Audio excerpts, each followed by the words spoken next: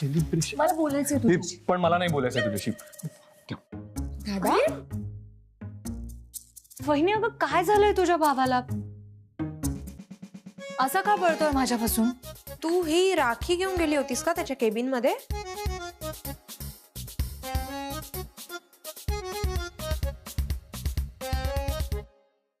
अच्छा, पण हा पळतोय का? मला असं वाटतंय की त्याला तू खरंच आवडतेस. वहिनी काहीतरीच काय तुझं, चान्सच नाही. हा अगं खरंच. पण एक मिनिट, जर तो घाबरतोय तर त्याची मजा घेतलीच पाहिजे. वहिनी आता तू बघ, मी तुझ्या भावाला राखी बांधूनच राहणार. हे अमूल्या, डोंट वरी ग, हा फक्त एक प्रँक आहे, गंमत. अगं मी आली.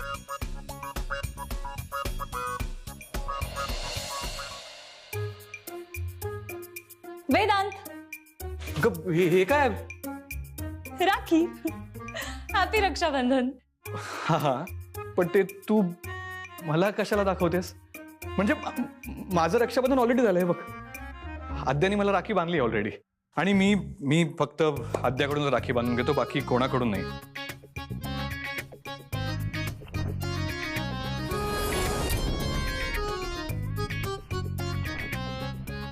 अमूल्य, तुला सुट्टी आहे, तू घरी जा. का? तू आराम कर ना घरी जाऊन. तू जा घरी जा. ठीक आहे, मी राखी बांधेन. अगं तू काय करतेस? अरे कशाला? कशाला म्हणजे काय? तू आणि मी काय खोटे गर्लफ्रेंड बॉयफ्रेंड आहोत ना? आणि मी तर तुझ्याशी आयुष्यात लग्न नाही करणार, आणि तुला तर लग्नच नाही करायचंय. मग चल पटकन. तुला अगं अमूल्य, तुला मी सांगितलं ना एकदा की माझी फक्त एकच बहीण आहे आद्या, आणि मला फक्त तीच राखी बांधणार. अरे पण असं कसं वेदांत? आजपर्यंत तुम्हाला इतकं प्रोटेक्ट केलंस, म्हणून मग मी तुला राखी ना बांधायलाच हवी. तुम्हाला ओळणी नाही दिलीस तरी चालेल. हे तू अरे वेदा, बरं ही फाईल दे त्याला.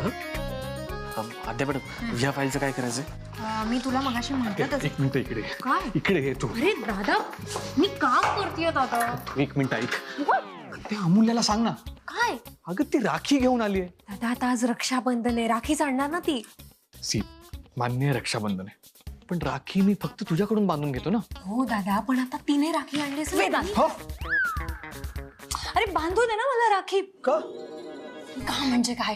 अमूल्या, सगळा स्टाफ आहे इथे. अरे मग काय झालं?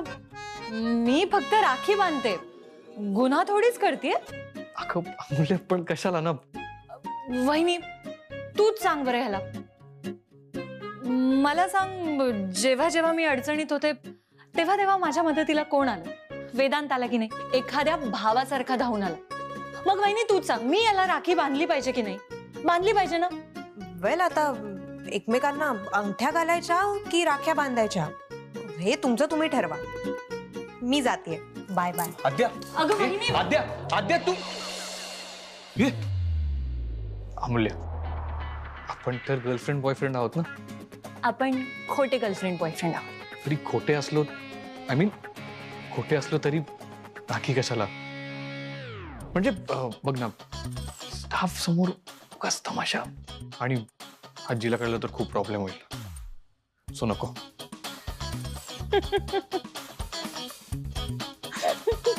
हसतेस कशाला? अरे वेदांत, किती घाबरतोयस तू? प्रँक करत होते मी. अच्छा, प्रँक. अरे सकाळपासून मला तुला हे सांगायचं होतं की तू आधी जाऊन मेल चेक कर. मी राखी नव्हते बांधणार. मगाशी मी विजयला राखी बांधली ना, ही दुसरी राखी माझ्या हातातच राहील. This is not fair. Everything is fair in love and war.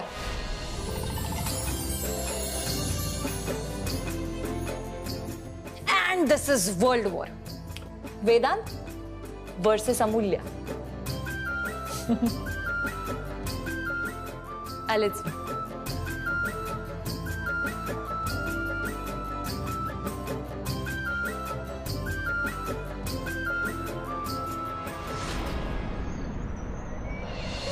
Sir एक सांगायचं होतं.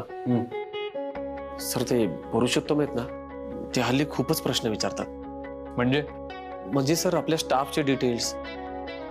सर मग त्यांनी डिटेल्स मागितले तर देऊ ना त्यांना? काही गरज नाही.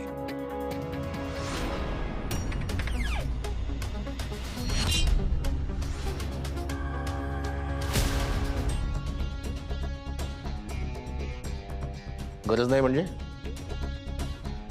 तुम्ही न विचारता आत आलात. तुला मी किती वेळा सांगितलं या छोट्या छोट्या गोष्टींकडे तू लक्ष देऊ नकोस. हे बघा, मला अक्कल शिकवण्याचा प्रयत्न करू नका. तुला कोण शिकवणार? स्वयंभू आहात आपण. जगातली प्रत्येक गोष्ट आपल्याला माहिती आहे ना. या कंपनीच्या बोर्ड ऑफ डायरेक्टर्स मध्ये मी आहे, त्यामुळे काही गोष्टींची माहिती मला असणं गरजेचं आहे.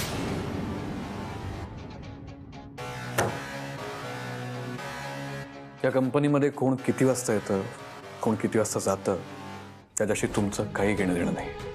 ही कंपनी माझी आहे, मी उभी केली आणि इतके वर्ष व्यवस्थित चालवली. चूक.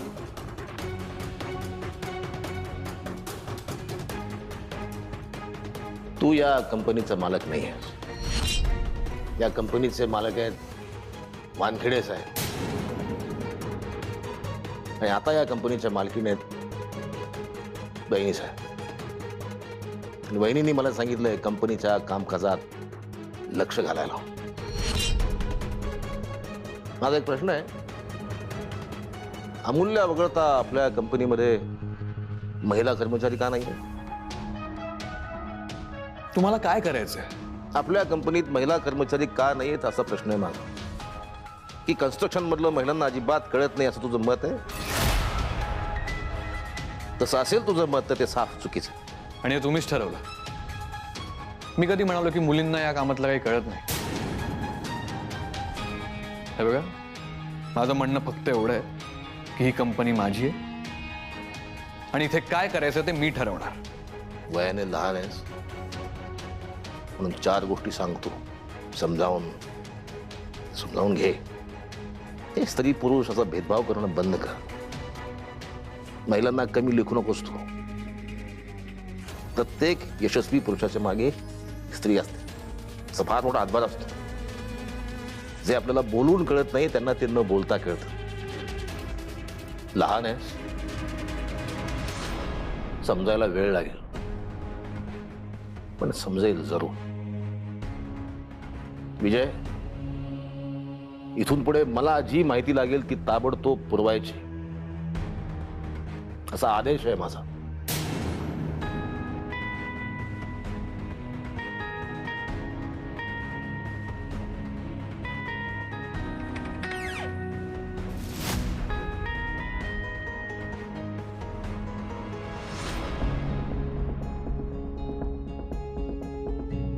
आहे का थोडा वेळ? काय झालं आता? तूच सांग मला काय झालंय ते. अशी नव्हतीस ग तू नूतन. का हल्ली एवढी चिडचिड करायला लागलीस? झाली का तुझी सकाळ? हे बघ नूतन, काल वेदांत जे काही वागला ते चुकीचं होतं, मान्य आहे मला. पण या सगळ्यामध्ये तू अमूल्याला का आणलंस? अमूल्याचा विषय तरी होता का? सांग बरं. आई, त्या घरची मुलगी मला सून म्हणून नकोय म्हणून मी एवढा आकांड तांडव केला. पण तरी सुद्धा तू त्या घरच्या दोन्ही मुलींना सून करून घ्यायला निघालीस. वेदांतला अक्कल नाहीये. अगं तू तरी त्याला समजवायचंस. काय समजवायचं? नाही तू सांग ना, काय समजवायचं मी त्याला? आणि मला एक गोष्ट कळत नाहीये, तुला त्या दोघींचा इतका राग काय?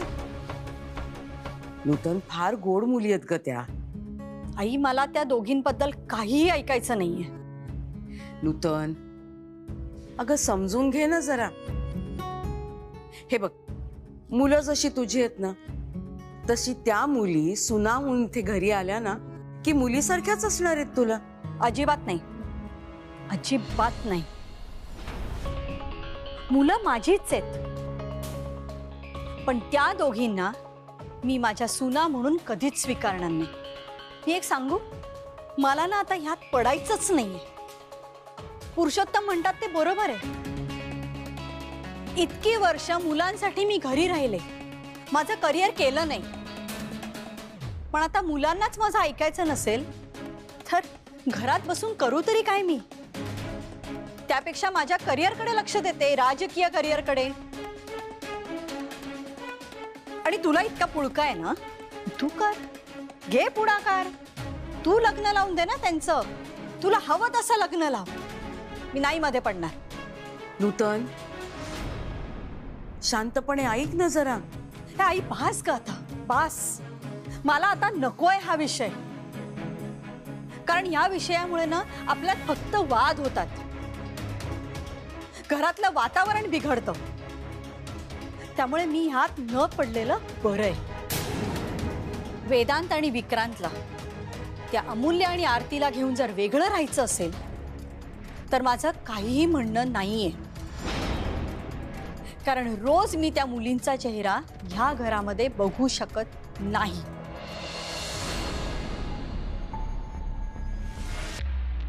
काय झालं सर? तुम्हा सगळ्यांना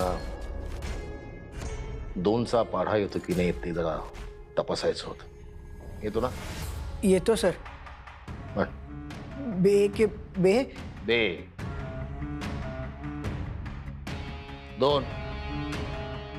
2 डील्स फिसकटले, 2 बिडिंग फेल गेले आणि हे प्रोजेक्ट अतिशय महत्वाचं हातातून निसटलं. कोण घेणार जबाबदारी याची? कुठे तुमचा मालक वेदांत वानखेडे? सर ते आम्हाला कसं माहिती असणार सर? सगळ्यांचं अटेंडन्स रेकॉर्ड पाहिजे मला. कोण कधी येतो कधी जातो सगळं पाहिजे. आणि या वेदांत वानखेडेंनी किती सुट्ट्या घेतल्यात ते सुद्धा पाहिजे मला. सर त्यांच्या अटेंडन्सचा रेकॉर्ड कसा देणार?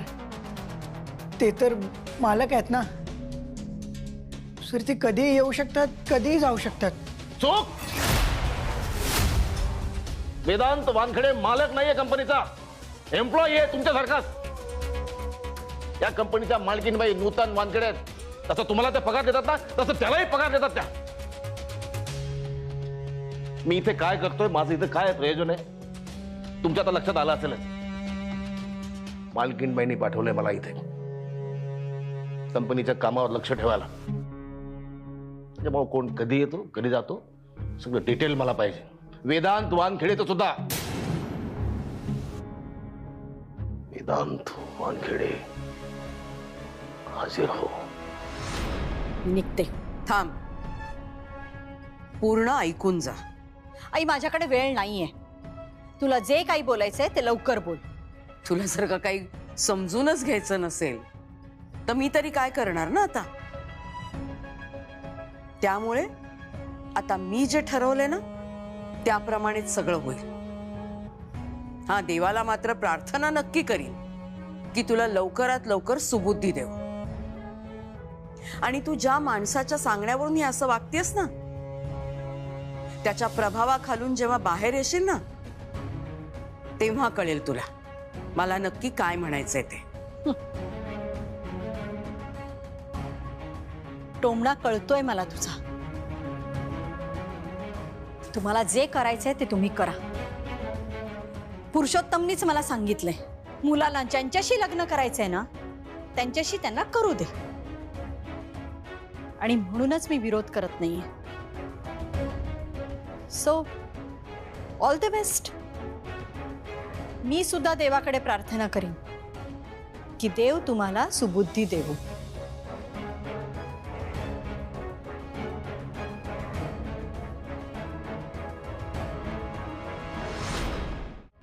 सर तुम्हाला काही कळलं का? सर ते मगाशी पुरुषोत्तम सर. काय म्हणाला तू? सर त्यांनी सगळ्या स्टाफला जमा केलं आणि शाळा घेतली सगळ्या. विजय काय म्हणाला तो? सर आता तुम्ही काही दिवस ऑफिसला आला नाहीत ना, तर तुम्ही का नाही आले ऑफिसला? अटेंडन्स रजिस्टर कुठे आहे? आणि सर तुम्ही ह्या कंपनीचे मालक नाहीयेत असं बरंच अरे काही. विजय, तो आला होता तेव्हाच का नाही फोन केला मला? सर मी करणारच होतो सर, पण त्यांनी सगळ्यांना इथे केबिन मध्ये जमा केलं होतं आणि मग त्यांच्या समोर. एक मिनिट.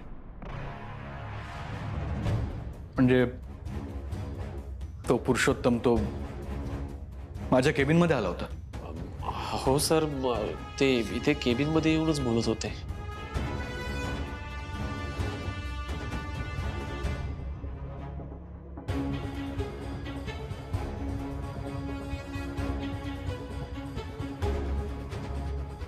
खूप जास्त हिंमत वाढली त्याची. सर त्यांनी असं सांगितलं की कोण किती वाजता येतं, कोण किती वाजता जातं, कोण किती सुट्ट्या घेतं. अगदी सर तुमच्याबद्दल पण सगळी माहिती हवी आहे त्यांना. आता ना हे ना खूप खूप अति करतोय तो. तो कुठे राहतो रे? एक मिनिट, मला माहिती आहे. आईने त्याला आमच्या जुन्या घरी राहायला सांगितलंय, म्हणजे दंतोलीला, राईट? सर सॉरी, पण जाऊ द्या, तुम्ही ह्या माणसाकडे लक्ष नका देऊ. विजय, पण सर मला अक्कल नाही शिकवायची हं? आणि जर मी आत्ता गप्प बसलो तर हा माणूस माझ्या डोक्यावर येऊन बसेल, कळलं? पण सर आता बघ मी काय करतो. Get out. I said get out.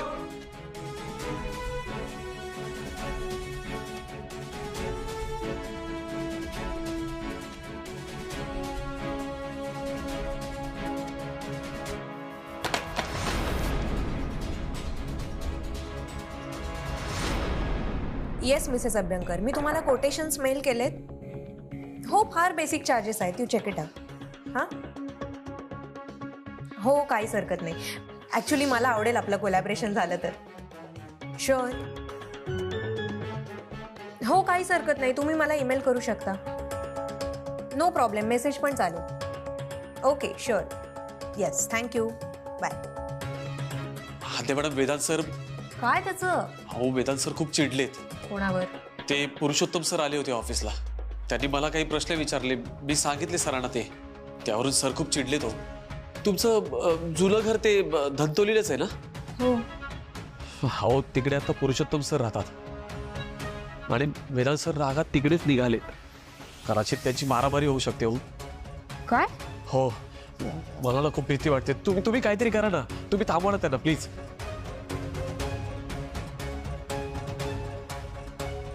बाहेरच्या माणसांना ऑफिसची इन्फॉर्मेशन द्यायची नाही, सांगितलं होतं ना मी. सर आम्ही नाही दिली कोण.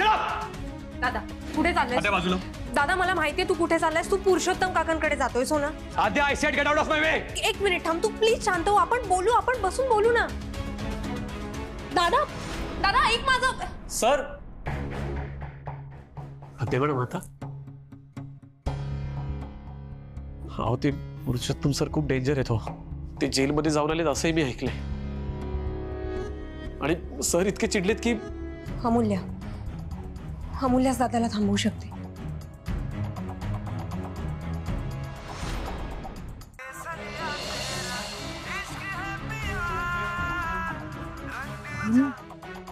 हॅलो. ऐक ना, कुठेस तू? अगं वहिनी, मी ऑफिसलाच येत होते. बोल ना. ऐक ना, इकडे खूप मोठा प्रॉब्लेम झालाय. अगं, दादा ना खूप चिडलाय आणि तो रागावून पुरुषोत्तम काकांच्या घरी गेलाय. पुरुषोत्तम काकांच्या घरी गेलाय? काय झालं? अगं, विजय मला म्हणत होता की पुरुषोत्तम काका इथे ऑफिसमध्ये आले होते आणि काहीतरी प्रश्न विचारत होते. मग हे दादाला कळलं आणि आता तो खूप चिडलाय ग त्यांच्यावरती. विजय तर म्हणत होता की आज कदाचित मारामारी होईल त्यांच्यामध्ये. वहिनी, अगं काय सांगतेस तू हे? हो ना. ऐक ना अमूल्य, तू जाशील का तिकडे प्लीज? हे बघ, तूच एकटी अशी जी पुरुषोत्तम काकांना पण नीट ओळखते आणि दादाला पण शांत करू शकते. बरं ठीक आहे, मला सांग कुठे राहतात ते? आमचं जुनं धंतोलीचं घर आहे ना, तिकडे राहत आहेत ते सध्या. अमूल्या, तू प्लीज लवकरात लवकर तिकडे जा आणि काहीही कर आणि दादाला अडव प्लीज. बरं ठीक आहे, तू काळजी करू नकोस, मी जाते. ठीक आहे, लवकर जा आणि मला कळव काय होतंय ते. ठीक आहे? हो. Okay, bye.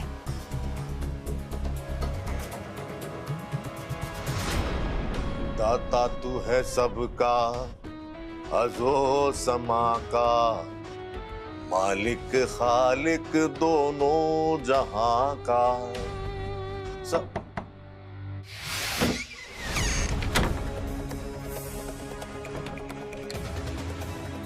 या अलभ्य लाभ. काय नाटकं सुरू आहेत माझ्या बाबांचा फोटो ठेवून? नाटक? त्याच्या नाटकाचं काय? तुला माहित नाही तुझ्या वडिलांबद्दल, तुझ्या आईबद्दल मला किती आदर आहे ते? आणि मला जेवढा आदर आहे ना तुझ्या आई वडिलांबद्दल, तेवढा आदर तुला नाही आहे तुझ्या आई वडिलांबद्दल. ए, माझ्या आई बाबांबद्दल मला नको सांगू हं? वानखेडे साहेब त्यांच्यापेक्षा वयानं लहान व्यक्तीची सुद्धा अतिशय आदरानं बोलायचे आणि त्यांचा मुलगा त्याच्यापेक्षा वयानं मोठ्या असलेल्या व्यक्तीशी